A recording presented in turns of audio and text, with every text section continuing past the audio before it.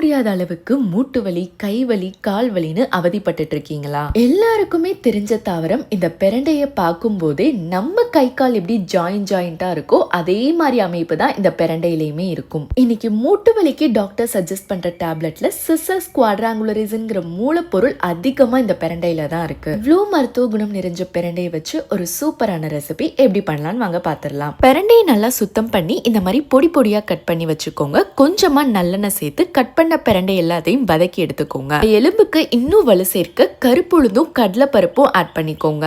இது கூட காரத்துக்காக வரமிளகா, மிளகு, சீரகமும் ஆட் பண்ணிக்கலாம். இது கூடவே ரொம்ப சத்தான கருவேப்பிள்ளை, வெள்ளை எள்ளு, பூண்டு, புளி இது எல்லாத்தையும் வறுத்தரைச்சிங்கன்னா நம்மளோட பிரண்டை பொடி ரெடி. இந்த பொடியை தோசை மாவுல கலந்து தோசையா சுட்டும் சாப்பிட்டுக்கலாம். அப்படி இல்லைன்னா சாதத்துல பிசைஞ்சும் சாப்பிட்டுக்கலாம். ஒரு மாசம் தொடர்ந்து சாப்பிட்டு வந்தாலே உங்க மூட்டு வலி, கை வலி, கால் வலி எல்லாம் காணாம போயிடும். கண்டிப்பா ட்ரை பண்ணி பாருங்க. உங்களுக்கு எங்களோட பிரண்டை பொடி வேணும்னா வெப்சைட் ஆர் வாட்ஸ்அப் நம்பருக்கு கான்டாக்ட் பண்ணி ஆர்டர் பிளேஸ் பண்ணிக்கலாம்.